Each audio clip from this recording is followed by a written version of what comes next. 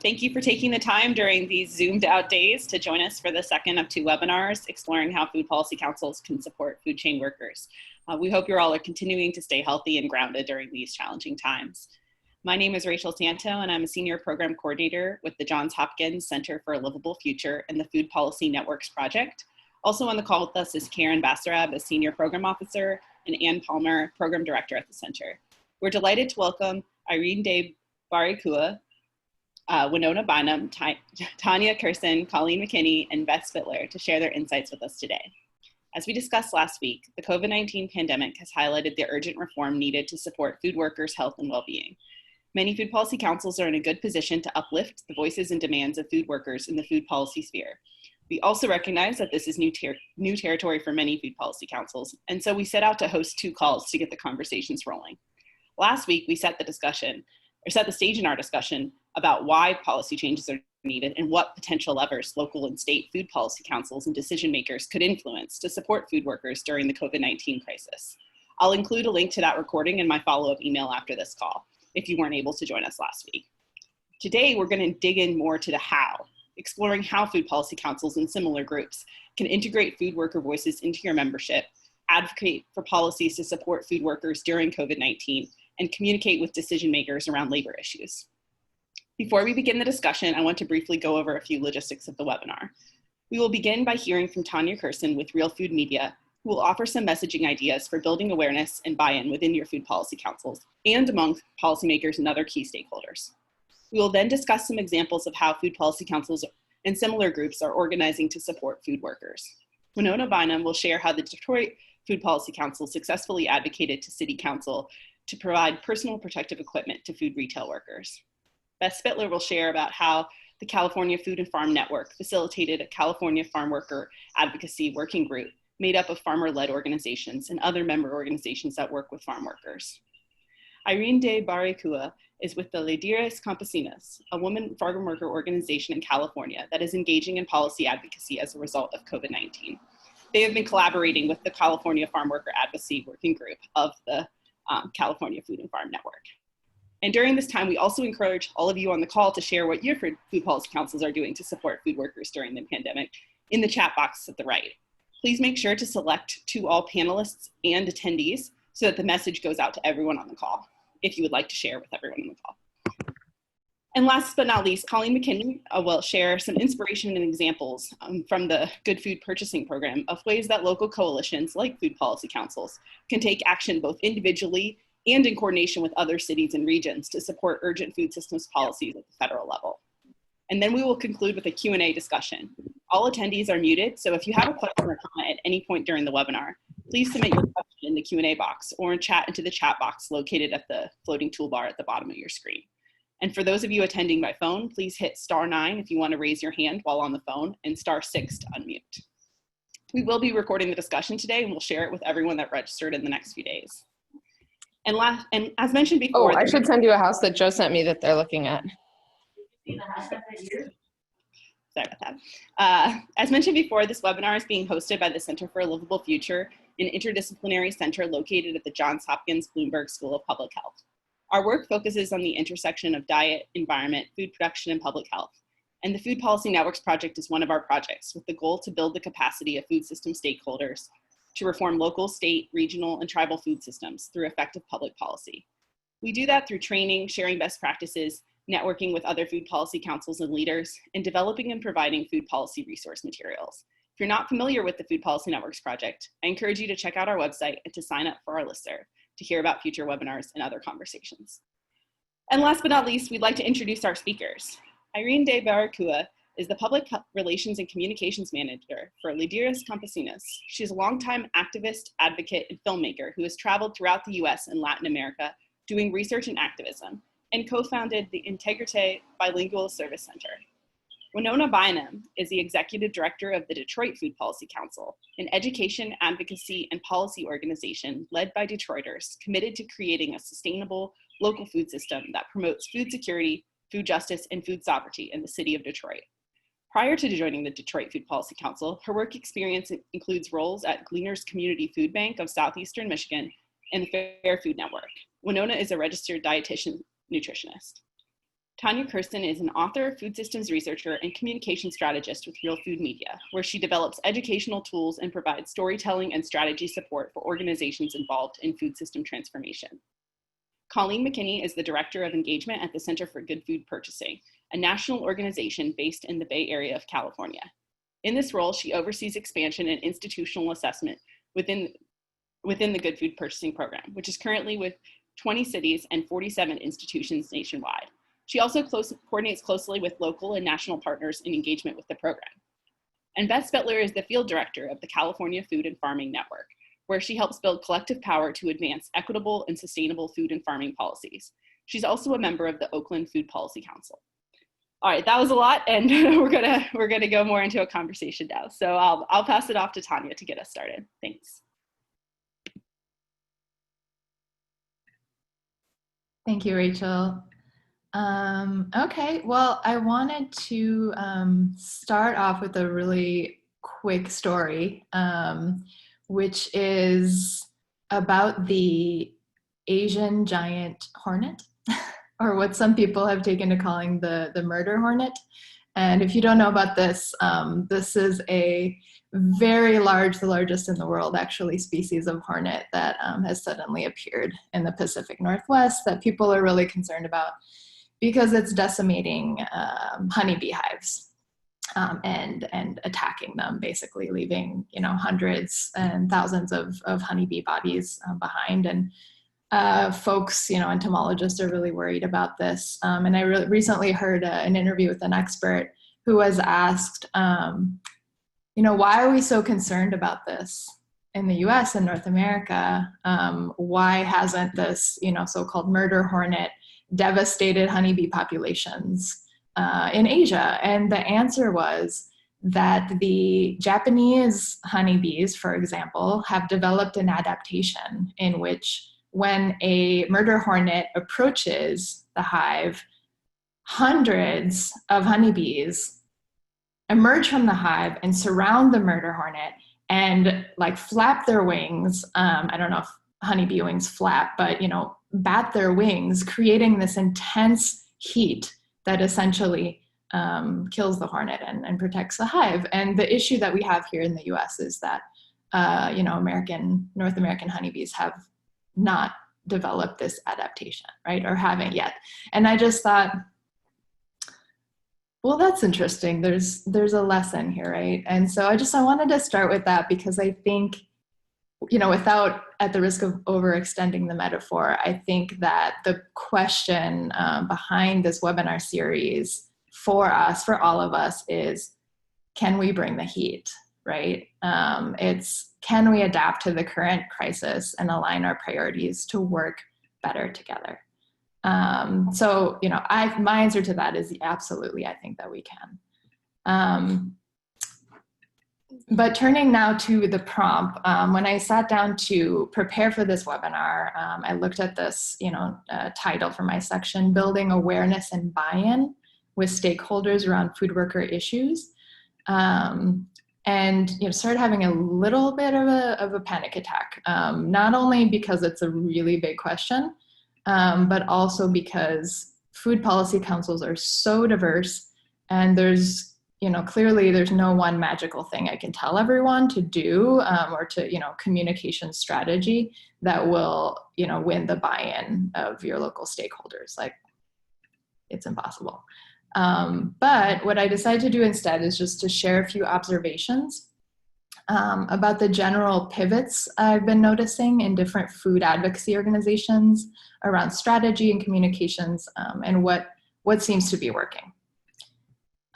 So the two things really I'm noticing that our partners have been doing since this crisis began, that are extremely important, and I'm guessing most of you are doing this as well. One is reviewing their organization's goals and priorities and assessing whether they're still the right ones to be investing in right now. And the second one is then looking at their communication strategy and saying, how do we need to adjust our messaging to align with those revised priorities and the new reality of our stakeholders and audiences? So this is not a clear-cut linear process, right? So I think both of these things are ongoing. They'll be going on for a long time, and they're likely to be also happening simultaneously. So the first thing, reviewing your organization's goals and priorities and assessing whether they're the right ones to be focusing on right now, which involves looking at programs, what you're spending time and resources on, but it also involves gathering new information and maybe hearing from some new voices, and especially voices from frontline communities. And of course, that's what we're all doing right now with this webinar series, and hopefully it's providing some input that you can use in reassessing your priorities. And ideally, it's bringing clarity around why food workers should be among the top priorities.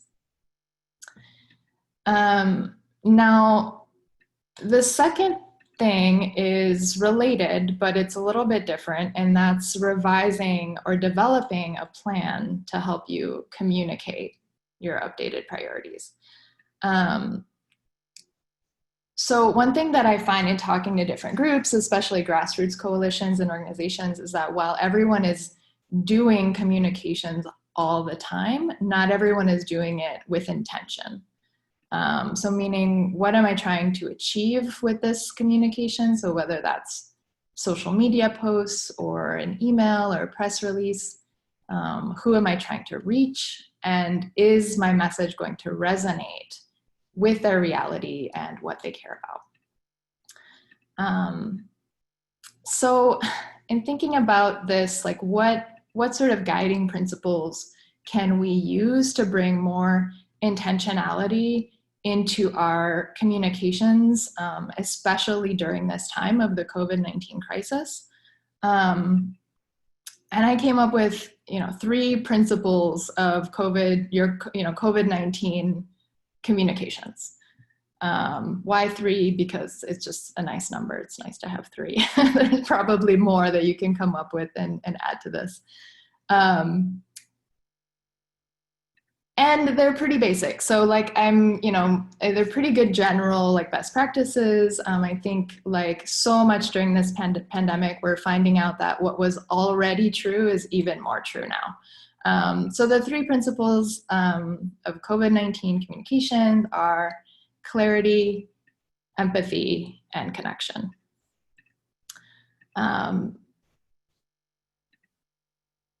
So I think these are pretty good criteria for anything that you're using to communicate your priorities and mobilize your stakeholders around them. So that could be, communicating with Food Policy Council members or local elected officials, or the media or any other stakeholders or audiences that you identify. I don't want to belabor these principles. I think they sort of speak for themselves, but quickly, clarity, I think this is a really big one. And this is rooted in being really well-grounded in your priorities. Because if you're not sure about the priorities of your organization, or if there's confusion, or if there's conflict internally about what your priorities should be, that's going to come across. You might have you might even have some communications with stakeholders asking them to help you define your priorities during this COVID-19 crisis. And that's okay, as long as you know that that's what you're doing. I would also add that brevity goes hand in hand with clarity. So I don't know about you, but about 2 weeks into this pandemic, I basically stopped reading emails that were longer than 2 paragraphs. So especially if you don't have a communications staff person vetting your comms work, it's a really good time to develop the skills of being a tough self-editor. This is also where having a messaging guide with some key messages and talking points especially talking points you can memorize, is going to help a lot. And we have one that we developed for the Good Food Purchasing Program partners that we're going to share out. I didn't want to spend my time today just walking you through a messaging guide that you can read, but hopefully that provides a helpful example of a tool that can help you to get rooted in your priorities and develop some really clear and concise messages that you can go to over and over again. And you may want to also, develop your own messaging guide.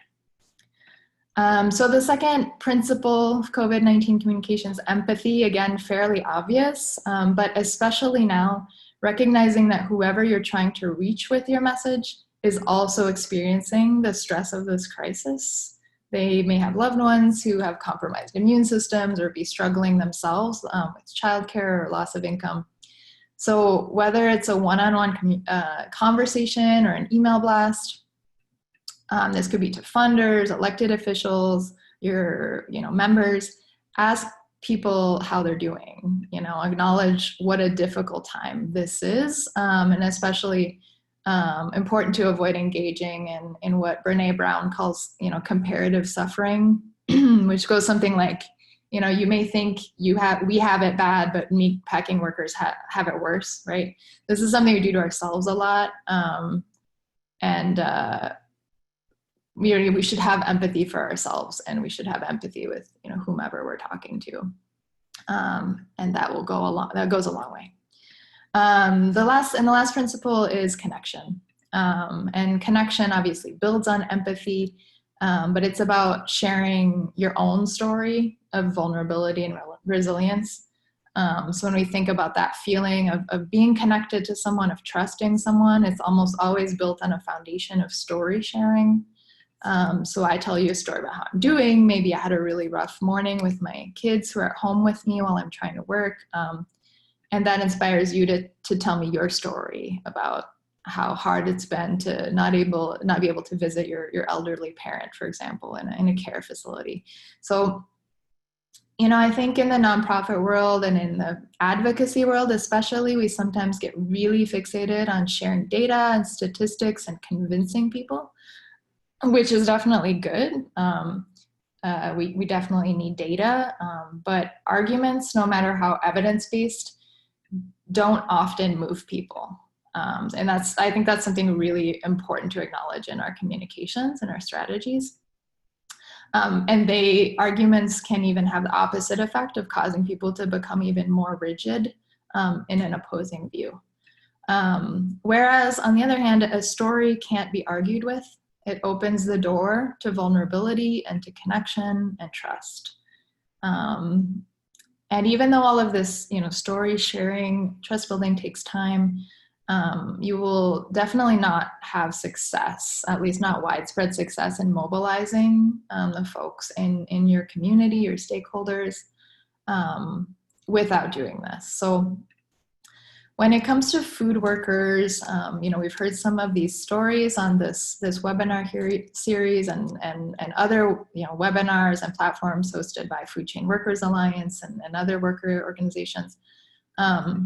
So I'd say, if you or your organization, your food policy council, doesn't really know how workers are experiencing this crisis, or if there isn't someone on your food policy council that can share worker perspectives, to be thinking about bringing in those voices and start telling food worker stories in your conversations and in your communications. And I think most importantly, create spaces where food workers themselves can share their stories and can share their stories with the folks you're trying to mobilize. And this is really the key to building the kinds of connection that you need to get, the quote unquote buy-in from your stakeholders and mobilize them around a strong platform for food workers' rights.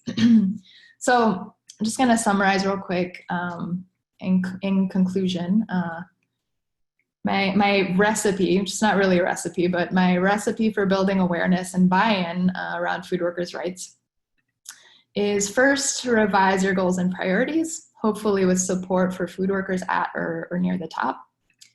Second, revise your communications plan, making sure that it aligns with your new or revised priorities and identify who you need to share those new priorities with.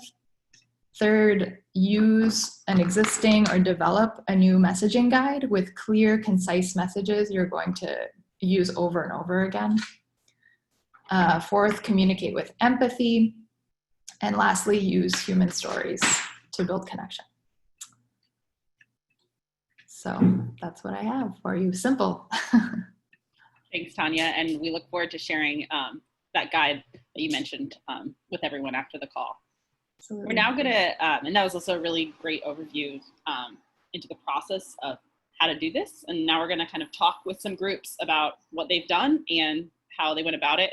And we're going to start with Winona. But before we do that, I forgot to mention, I also want to do a quick poll to see how many on the call are actually a member of a food policy council. And when we were looking through the registration, a lot of people weren't necessarily affiliated with the food policy council or with other organizations. So if you are with other organizations and aren't yet affiliated with the food policy council in your area, we encourage you to check out our directory online to see if there is one located near you, if you would like to tap into that network and get involved with your local food policy council. And we'll share out that link. So this is interesting. About a little over half are a member of food policy council and 43% aren't. So this is just helpful for us to know as we're talking to the rest of you. Thanks. All right, Winona, take it away. Okay. So the Detroit Food Policy Council is we're a nonprofit. And we, unlike some food policy councils, we really came out of community action. So this is our 11th year of operating. We have a very small staff, 3 of us on staff, but there are 23 council members and numerous others who join us in volunteering on our committees and working with us. So we have partners. That's how we really have to network and work with our partners to get things done with the small staff that we have. So with us, one of the things that's unique about Detroit is that most of our grocery stores are independently owned. So not regional, large chain grocery stores. Out of the 70 plus grocery stores in the city, about 71 are independently owned. We only have 3 chain grocery stores. So we have had a grocery store coalition for a very long time. We started doing this work in 2012 and intensified in the past few years. And we have really been focusing on customer service and the experience that, and just the overall goodness of our grocery stores. So when there were challenges before this pandemic, and of course, when you have smaller, family-owned businesses without a lot of resources or sometimes not a lot of consistency, then the problems that we were seeing before the pandemic just, they intensified. So we were able to see that our grocery stores, by and large, were floundering in providing a safe environment for city residents to shop in their establishments. So we quickly were able to take that coalition and, as you talked about, pivot. So we made this a priority to make sure that residents had a safe experience in the city. We first went and we assessed what makes a safe experience. We saw that grocery stores, the chain grocery stores, had signage. They had stickers to help people with social distancing. They had masks, protective equipment, and a lot of those things were lacking in the grocery stores in the city. So we took that coalition, we looked at our networks, and we started reaching out. We were able to get one council member who we had worked on other issues. He really has an environmental kind of community focus. And so we were able to work with him to get city involved. The other thing was our coalition is a broad coalition that has like the National Kidney Foundation, our health department, the Office of Sustainability from our city, all of those folks, people from the head of our, what is it called, Midwest Institutional Retailers Association. So Independent Retailers Association, MIRA, we always call it. But they were a part of our coalition, so it was able to mobilize those networks and those relationships to get the attention that it needed. we were able to, through the Office of Sustainability, that council member who was working with us, the health department, to get this to the executive and council, city council level on their radar. And that really helped us to get resources.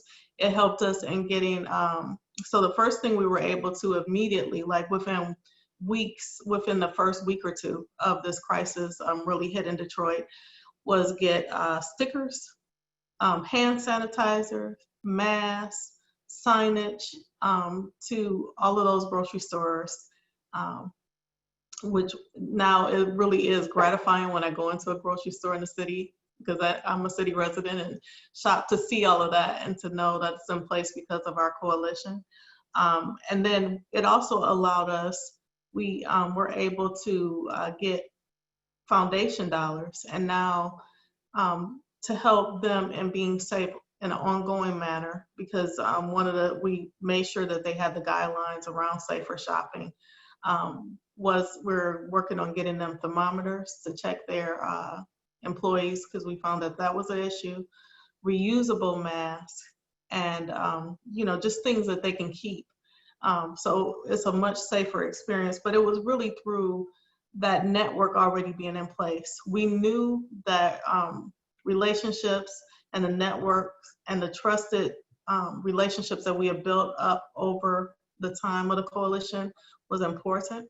However, seeing that and having that already in place in a crisis made all of the difference, and being able to mobilize, and also having experience on pushing on those levers to get things done, already knowing those ways, was super important in being able to do this quickly. So like I said, we continue to work. We have not dropped our other work to make the grocery stores better in our city, but this took precedent. Thank you, Winona. And one thing I would be happy to share any of those resources. I can provide links to the signage and some of the things, and we've been sharing that through our newsletter, as well as putting it on our social media site. And it's been nice to see those things shared out.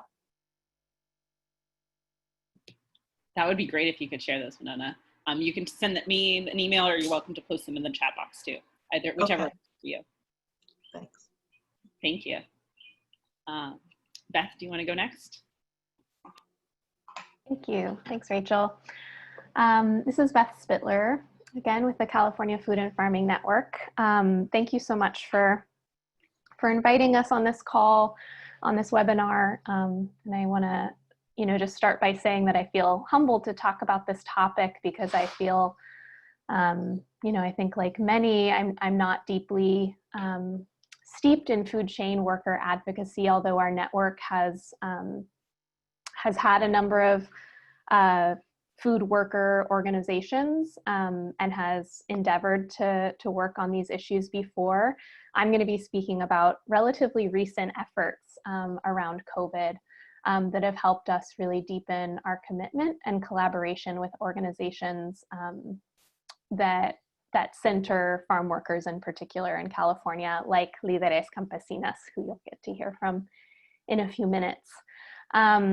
So just a little bit about the California Food and Farming Network, because there are some ways that we are very similar to food policy councils and some ways that we're different. We're a 60 organization network working to improve the food and farming system through policies that are rooted in community, promote racial equity, secure financial prosperity, and advance environmental sustainability.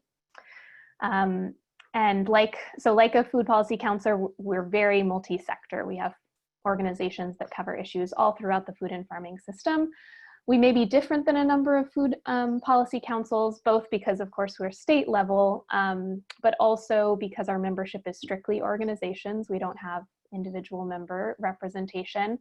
And our network focuses almost exclusively on state policy, with many members that focus almost wholly on advocacy at the state level, as well as many that do less advocacy work, but are interested in moving into that work or influencing policy when it's relevant to their mission.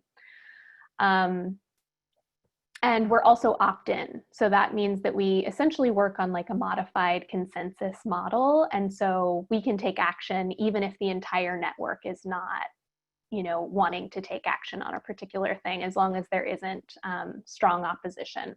So that allows us maybe to, it has strengths and weaknesses, I guess I'll say. But the other thing I wanted to point out with respect to today's topic is that, you know, because our network is so diverse, it's often challenging to identify, you know, where our common work is, aside from like, yes, we want to make the food system better. But we've really focused over the last couple of years on identifying core values and working towards living in alignment or working in alignment with those values, because we have so much diversity within our network. So what is it that's really bringing us together? And so we've really tried to organize ourselves around our core values, which I mentioned in our mission statement. But the two that we're really have been focusing on, because they relate to the way that we actually operate, is racial equity and rooted in community or community engagement. And the question really that arises, because we were not because our network was formed very loosely initially without those core values guiding, we are now having to define what does it mean to be in alignment with racial equity and community engagement as core values, aside from just stating them. So we went through a process of developing a racial equity statement last year, and continue to work on, you know, how we put that into practice as a network. I'm sharing a link to it in the chat, and I'm happy to connect with anyone who has questions about what that process was like, or about the statement itself. But you can see that in the statement, we both acknowledge that exploitation of labor has been a foundational part of our food system since you know, this nation was founded. And so changing our food system, it's essential to acknowledge and center racial equity, and center the work of frontline communities, particularly food system workers and farm workers. So during COVID in particular, we knew that, you know, as many folks, I think, concerned about justice and the food system, knew that farm workers were particularly vulnerable historically, and during COVID are facing particular challenges. And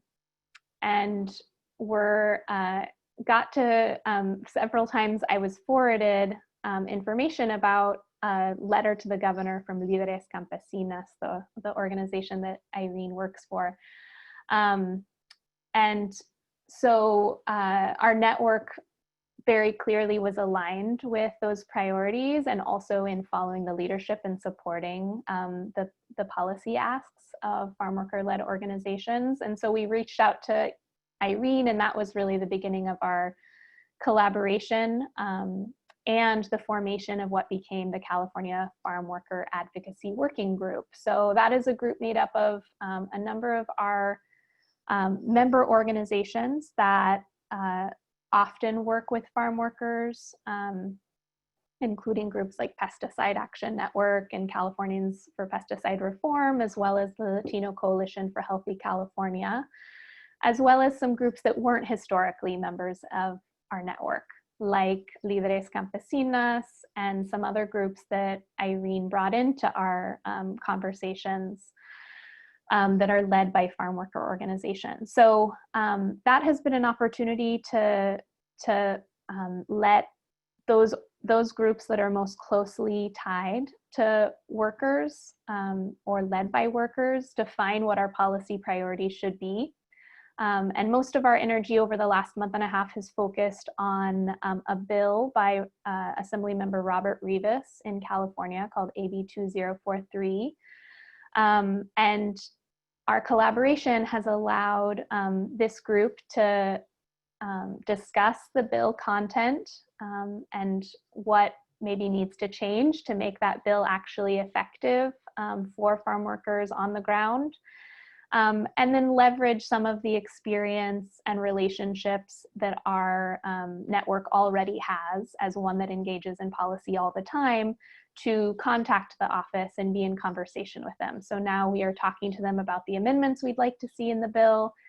And hopefully this will lead to further collaboration so that we can think about some much bigger and more bold changes that we want to see in state level policy, because this is a particular policy moment in which many of the pieces that Tanya was speaking about in terms of pivoting and recognizing that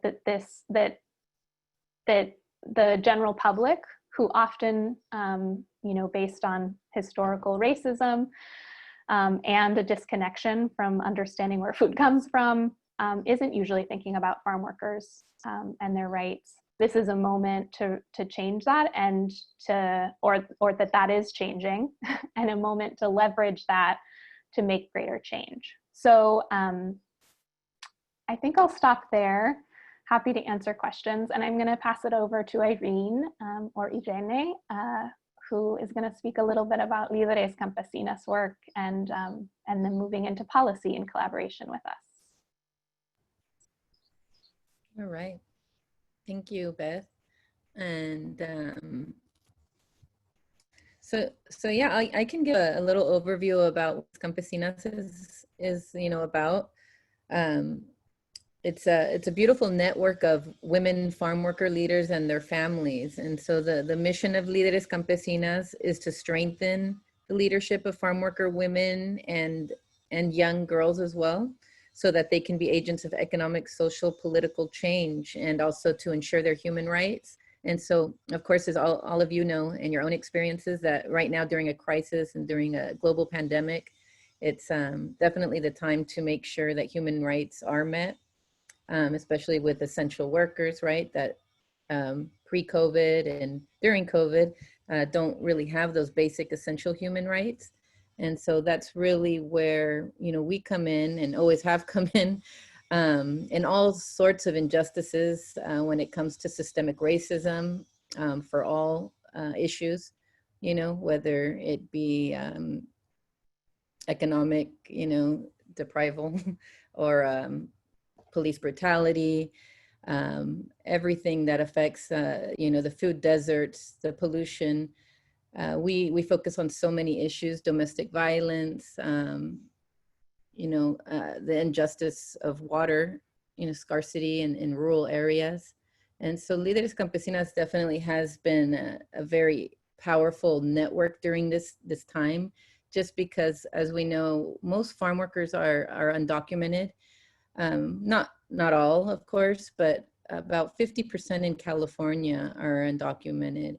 And being that California is the 5th largest economy, it's very sad to see still that they are one of the most vulnerable communities, constantly under surveillance, under threat, many barriers, of course, language, poverty, inaccessibility to healthcare.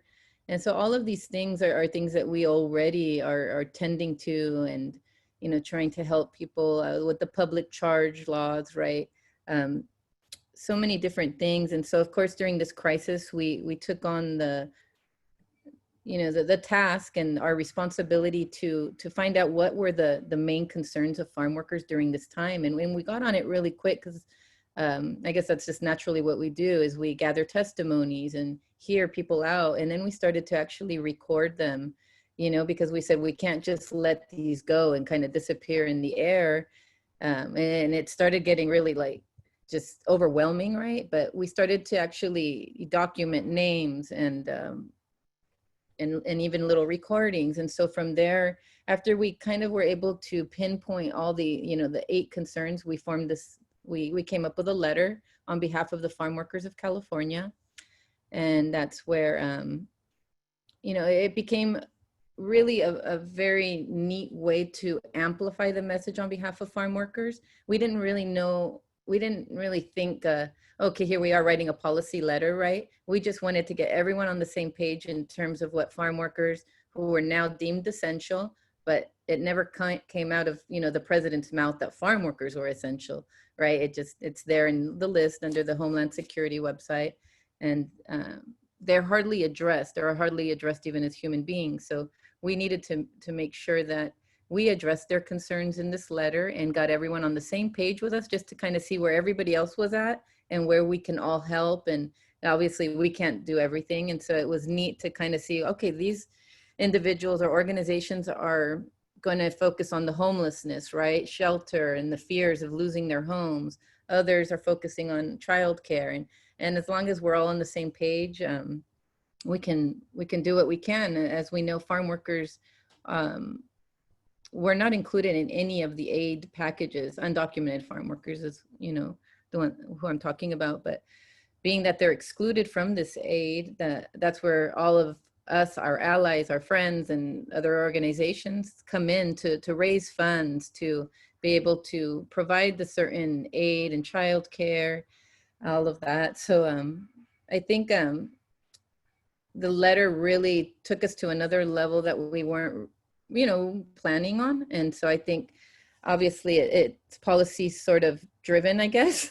And that's where Beth has come in, and it was very neat just to connect, because another part of Líderes Campesinas is to conserve the quality of food and sustainability, right? We don't want people always living in poverty. It's not fair, right? To be always working in the fields and hard days, and, you know, they are already like pre-exposed to so many illnesses because many don't go to the doctor and many are exposed to pesticide.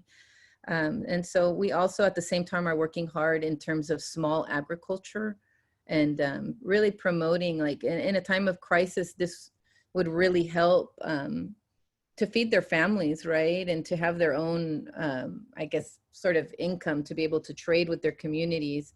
And so we have, even before COVID-19, and that's what I was explaining to Beth, is we were getting involved in a small agricultural, in Spanish it's pequeños agricultores, and so it was to promote for people to have their own small little farms. And so that's definitely another thing we're about, is being able to not only preserve the family farms and the small farms and the quality of our food, as we're also facing a lot of issues with the H-2A workers versus workers that already live here. ICE deporting workers that have been residents and have been working here for 25 years. So these are huge issues, and a lot of that comes to the monopolization of our food, right? And that affects our families, farm worker families being, you know, eating low quality foods like everyone else in poor areas that can't afford organic, good quality food.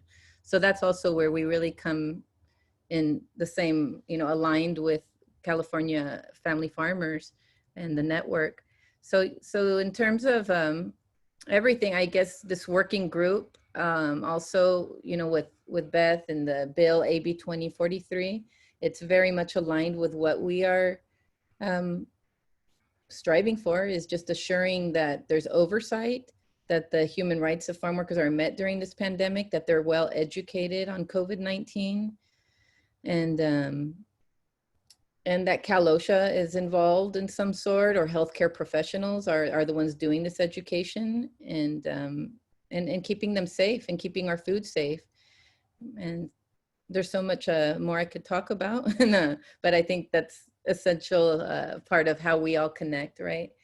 And I think that's about all I have to say. Thank you very much, Irene, for sharing all that you're doing and for doing all that you're doing. And we'll be touching base to also ask if you have any ways that people can learn more about it, links and things like that we can share out in the follow-up email. Oh yeah, please. Social media. Definitely. And now I'm gonna turn it over to Colleen to wrap up our initial conversation, and then we'll open it up for Q&A after Colleen's done. All right.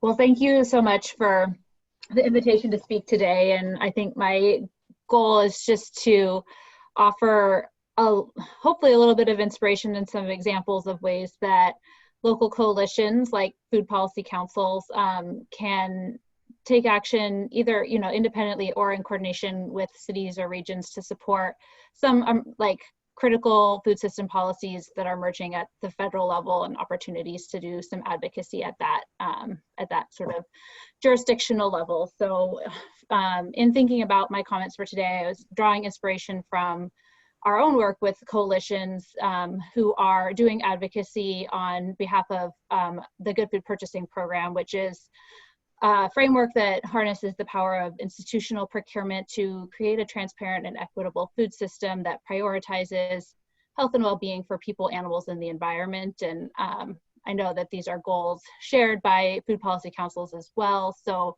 it feels like there's just a lot of connection and synergy between some of the work we're doing with that network and the work that that you all are doing and can be doing collectively as well.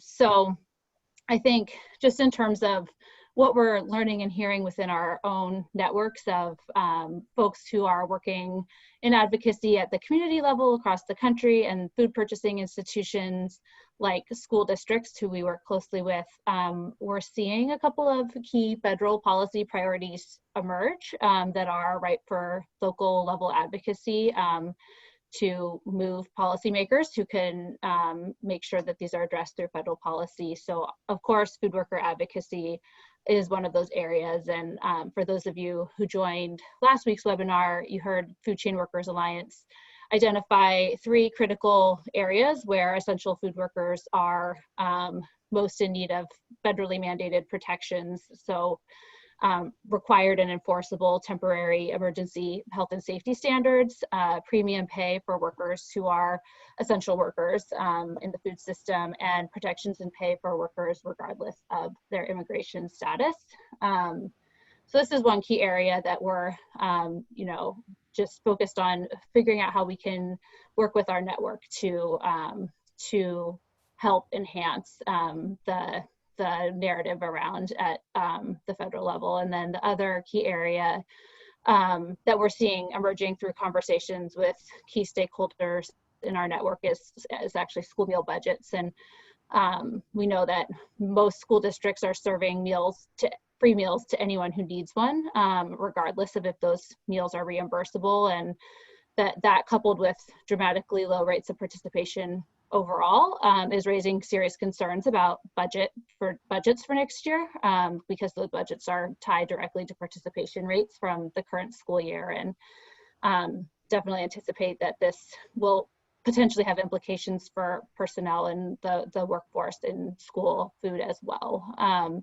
So these are some of the things that we're really focused on our end. And the good news is that there are provisions in the House stimulus package, the HEROES Act, which would address both of these food system issues and do more than is currently happening to protect those folks in our community who are on the front lines of the pandemic safety net from experiencing the worst of the fallout. But we also know that the HEROES Act is unlikely to make it through the Senate in the same condition that it passed in the House, and that there are so many priorities that are urgent and high right now that any individual level coalition efforts or collective efforts to cut through the noise and amplify the importance of these 2 areas is going to be so critical to ensuring that health and safety protections for workers and funding for school districts are included in the final stimulus package. So, I think from our perspective, we see that food policy councils that are similar in many ways to our Good Food Purchasing coalitions offer a tremendous asset in terms of the ability to influence local policymakers like mayors and legislators and governors around which issues to prioritize when they're doing their own communication with congressional representatives. So with the power of coalitions and collective action in mind, we've been focused on enhancing our thinking around the collective framework and shared tools for our coalition networks through the Good Food Purchasing Program, which sometimes operate via food policy councils or in similar ways to food policy councils to build power and a voice for community priorities as it relates to the good food values, and to take part in individual and shared actions as identified by our partners and their constituencies to promote food policies. So we see issues around food workers and school food budgets as some of the key places we can put this collective power into action in the short term. So with that in mind, I just wanted to share a few things that were either, that have that network has either acted on or we have in mind that might be of interest to you all and from where you sit in terms of your local level advocacy. So the first thing which we've already seen put into practice is communicating with key companies in your region or who are key suppliers of food to your region to let them know that premium pay, health and safety protections, and protections and pay for immigrant workers are included in the HEROES legislation, are a priority for your council and for your community. So this is an area that our local coalition network recently engaged in, led by efforts from Food Chain Workers Alliance and Heal Food Alliance, who are two of our key partners in the Good Food Purchasing Program. So local coalitions and their members sent over 80 individual letters to 5 meatpacking companies, putting pressure on them to protect food workers as they reopen or continue to operate under the recent executive order. So this, from our perspective, was just a really great example of a type of action that could be taken by an individual council, and then in this case, it was taken in coordination with multiple coalitions to have sort of a high volume of communication and high impact in a relatively short period of time. And then there's just been interest in continuing to do advocacy around this area from the coalitions as they've started to engage in this. So that's been an exciting way, and just really appreciative to Food Chain Workers Alliance and Heal Food Alliance for the leadership and strategic thinking around that. Another way, of course, to take action is to advocate for your local congressional representatives to prioritize food worker protections and pay for and funding for school food in this current stimulus and any future stimulus bills. So, just ensuring that they're hearing from you as their constituents can have a powerful influence on the priorities that they raise in their own advocacy. And then, I think in terms of where our thinking is heading, and just, wanting to invite as many into this sort of strategy as possible, is just thinking about how local coalitions like food policy councils or our own good food purchasing coalitions can join together with others around in the region or nationally to take part in some collective ask or collective advocacy. So, knowing that local leaders are looking to community organizations like food policy councils for guidance on what issues they should prioritize, knowing that, collectively, if all of those local leaders like mayors in cities across the country took a collective stand on the issues that are important to this network as it relates to advocacy for food workers, and compelled congressional leaders to act on behalf of food workers in school districts in federal policy making, that would be just really incredibly powerful, and something like a mayoral sign-on or a governor's sign-on with dozens of cities or states across the country raising a collective voice would help cut through the noise and ensure that these issues, as the final stimulus package is being negotiated, staying at the forefront of the conversation. So those are just some of the areas that I think we're thinking about and hoping to galvanize around within our own network. And as I was thinking through my comments for today, I was just thinking about how we're seeing this, and I know that everyone is seeing this as a really critical time to start building a really strong collective voice that can ensure that both the short-term emergency response is adequate, but it can also really be setting us up and preparing us for the long haul of doing the work that we're going to need to do together to build a new normal as we emerge from this crisis, knowing that that it's going to be, you know, facing really powerful voices wanting to take us back to the old way of doing business, and that's not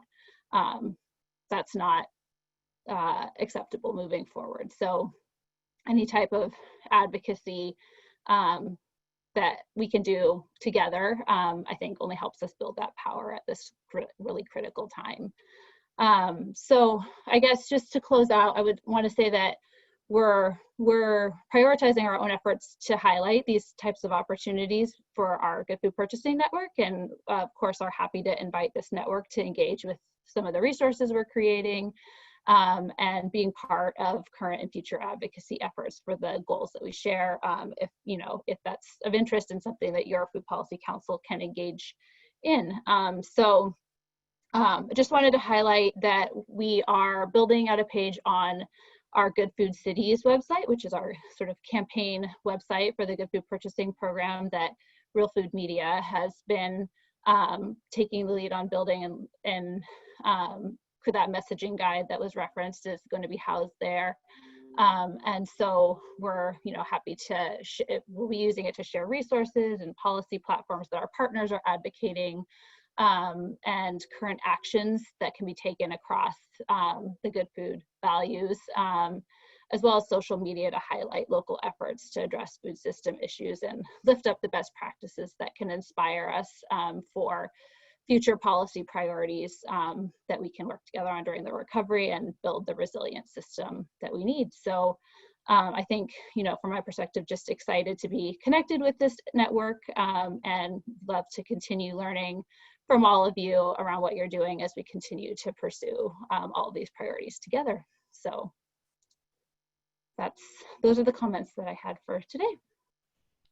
Thank you, Colleen, and thank you all of you for sharing. This has been really informative, and I feel like I already have a lot of ideas brewing in my head after you all shared. I'm gonna open it up for questions, and we have one already in the Q&A box. Thanks so much for this information and for your presentations. How are your organizations promoting messaging, awareness, and advocacy of frontline food worker issues during COVID-19 to those in your network who are not directly impacted, such as consumers with relative wealth and privilege who might care about the food system overall, but have not thought about food workers specifically? What role do you see consumers having in the space of rebuilding better systems for food workers post-COVID?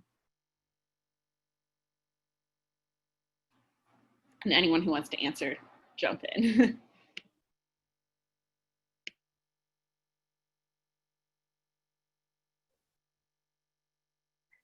I can jump in and just say that as I mentioned before, our network already had shared values around lifting up frontline communities impacted by the injustices of the food system, but not everybody works on that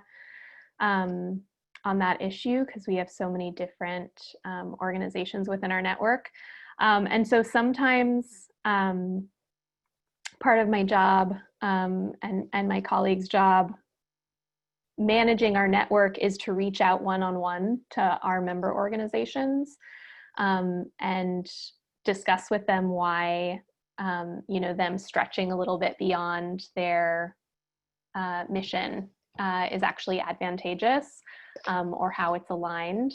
And I think to a lot of Tanya's points earlier, this is a particular moment where we're having a lot more success making that argument than usual. So I can't speak to the consumer bit. I think I'll leave that to other people. But it is a really effective moment to say, like, actually, what's relevant right now, or speaking to what's really relevant right now to the highest needs of this moment are going to make you a more effective organization, and will advance, our collective goals.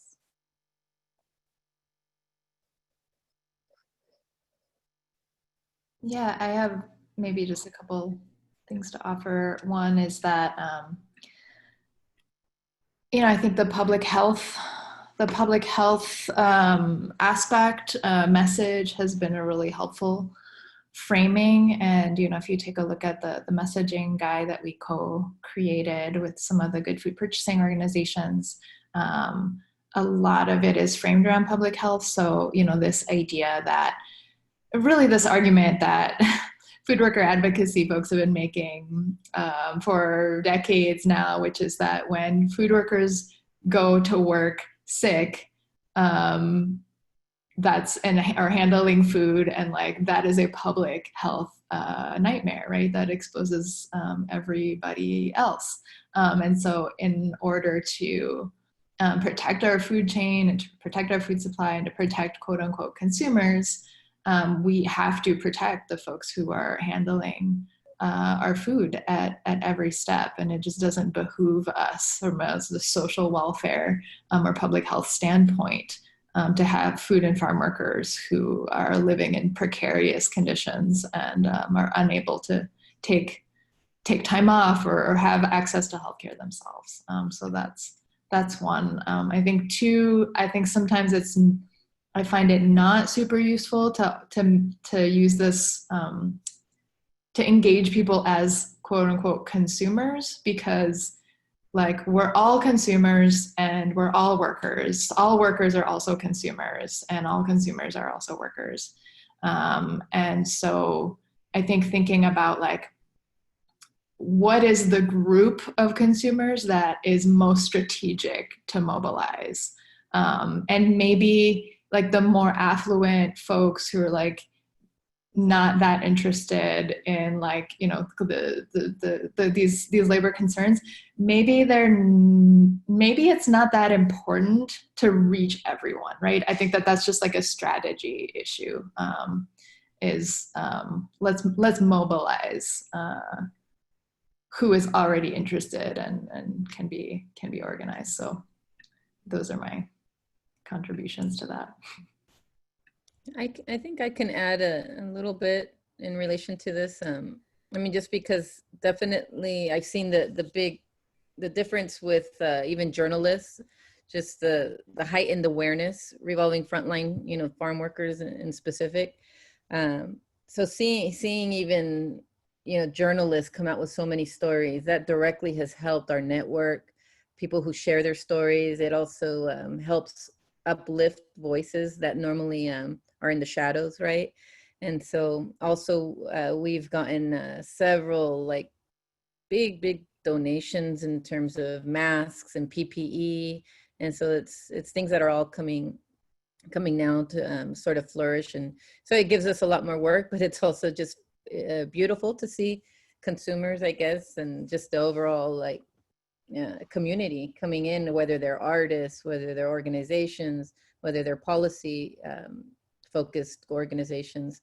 They have come to assist and helped in different types of funds, or helped farm workers directly through us when they read a story, and also helping us with these emergency kits. And so it was nice to hear Winona talk about the types of thermometers, or how they give thermometers to their food workers, because we're in the midst of kind of organizing what is needed at this moment, since the phases keep changing. But we love that we're getting a lot of help from different community organizations, individuals, wealthy individuals.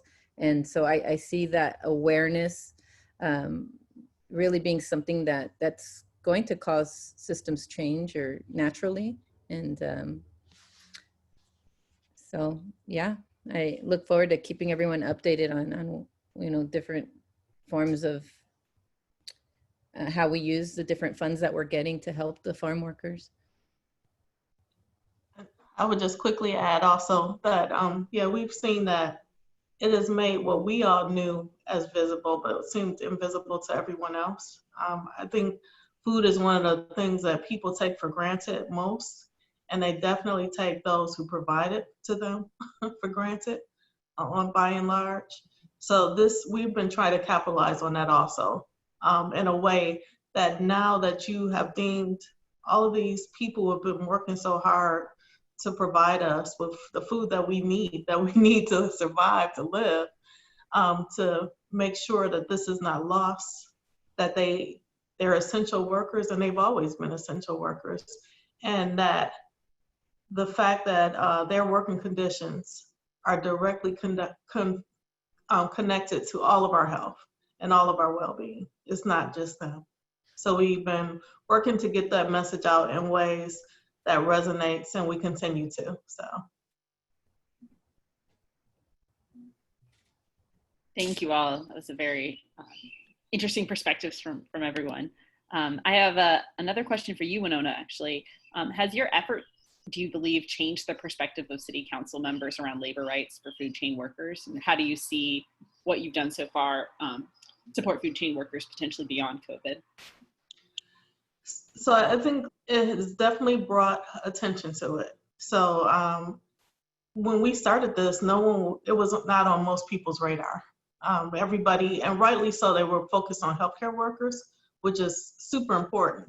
But if you don't take care of the community, the healthcare workers are going to be impacted negatively, as well as the community.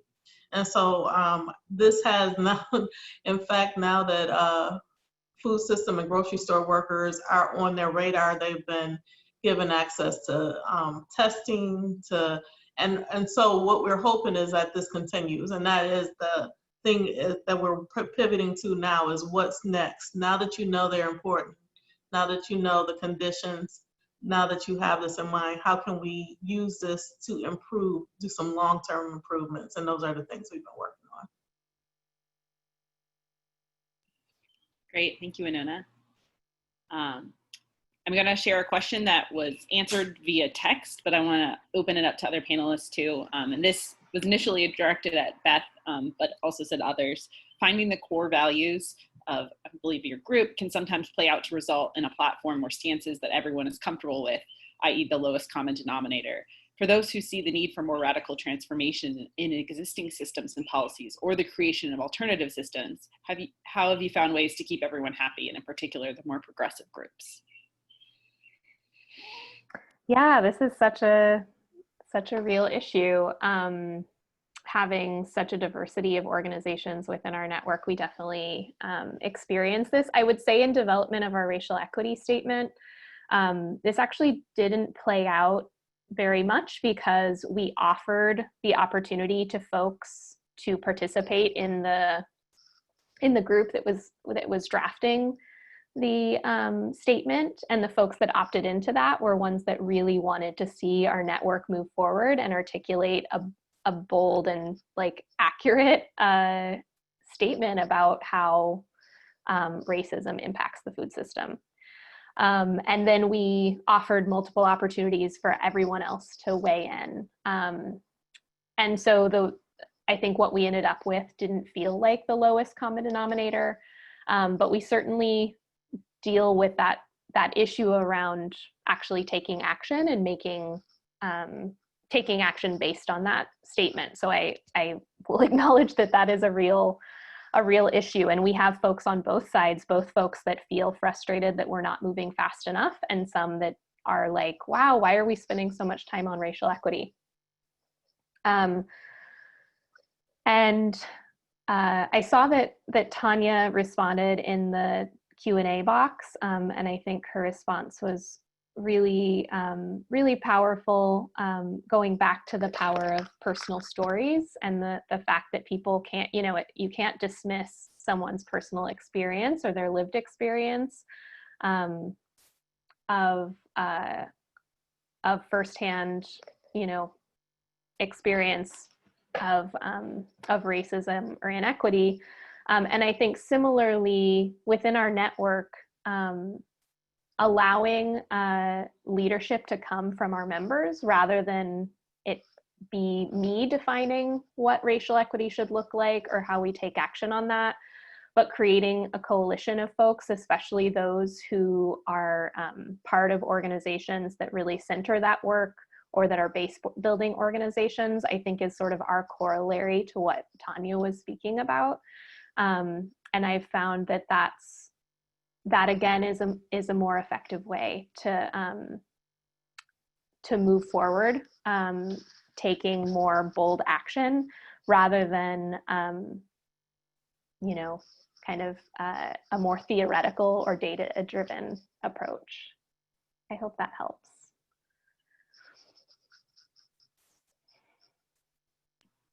do any of the other panelists want to add in any comments about that?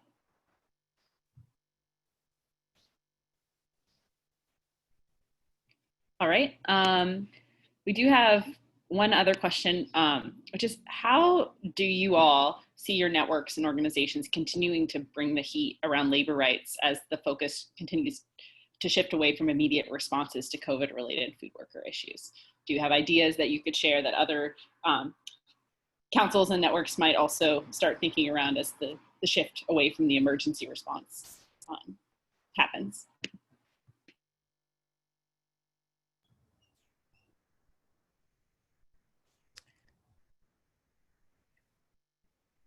I think I can if nobody else has something right now.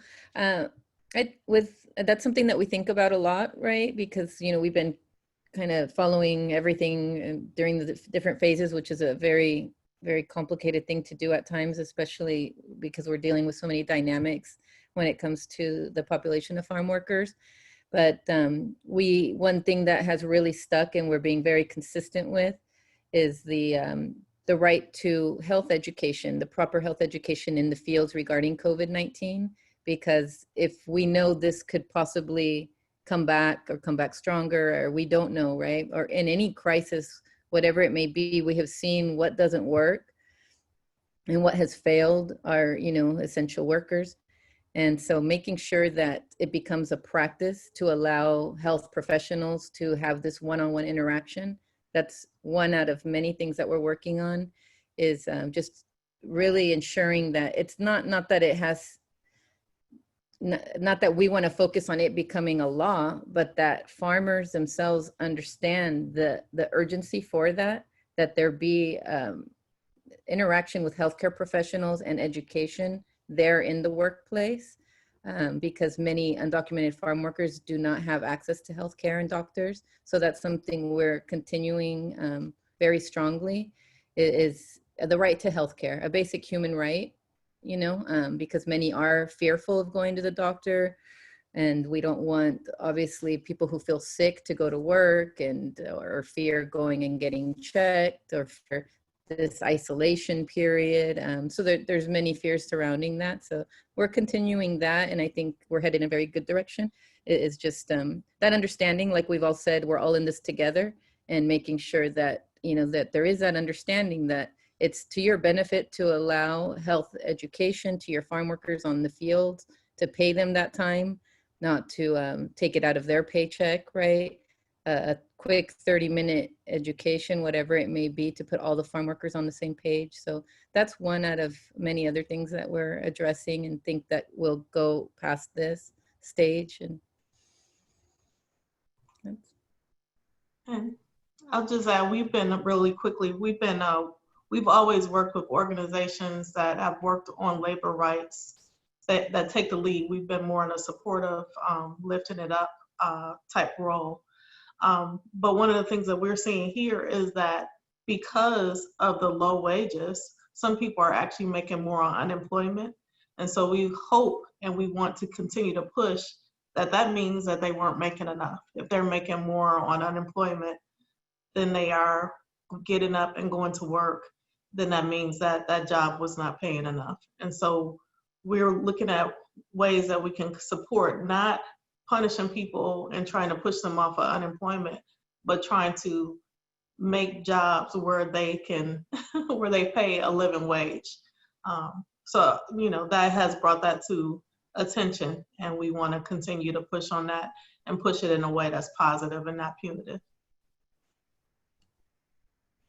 And that reminds me, I'm sorry, I need to mention, because Winona reminded me, we are also strongly advocating for a safety net for all, which is unemployment for undocumented farm workers. As we know, they put into taxes, right, that are paying most of our stimulus checks. And so we are strongly advocating for that, making phone calls and testimony stories. And this is for all undocumented workers that are employed and paying the taxes, that they get compensated. So thanks for the reminder.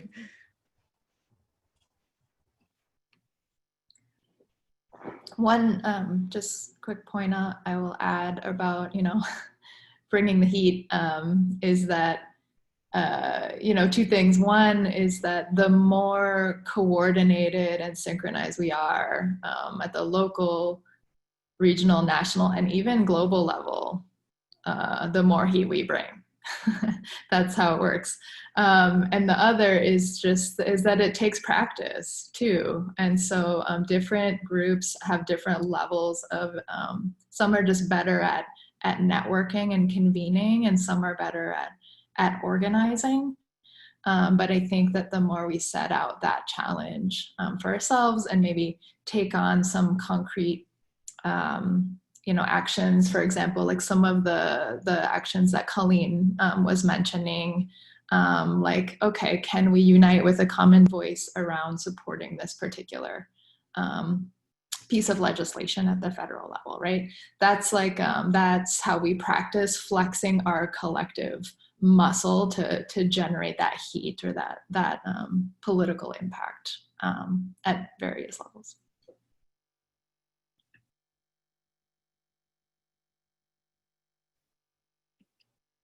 Thank you, Tanya, and thank you all for sharing. And unless any of the rest of you have any comments or last points you want to make before, I'll, in the interest of time, say that we're finishing up the webinar now. Thank you to Beth, Irene, Tanya, Colleen, and Winona for all of the insights and ideas you shared during this call today. And I really hope that a lot of the people attending are inspired to work with their food policy councils to start addressing labor issues, whether it's starting at your local level, or if you find you want to work more collaboratively with other councils and we can scale up and collectively at more state or federal levels. Think about what makes sense in your context, and if you need to connect with others, like, be in touch with us. We're happy to make some and facilitate some connections and do the best we can on that end. And we'll be sharing out the recording of this with other resources and ideas for you after the call.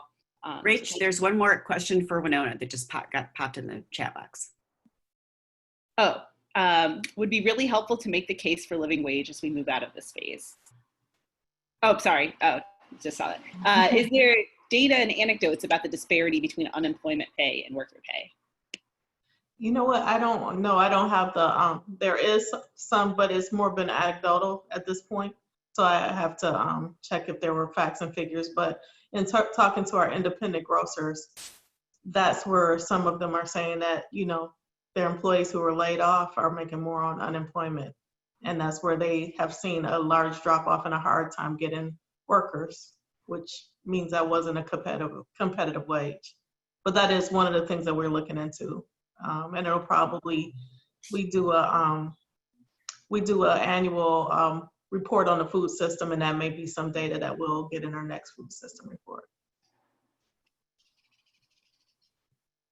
Thanks, Winona. And when you do publish that, or if you do get that data, please send it along to us, and we'd love to share it out too. Will do. So thank you all again, and we look forward to continuing to collaborate and talking further about ways we can work together on this issue. So thank you all. Thank you. Thank you. Take care. Bye-bye.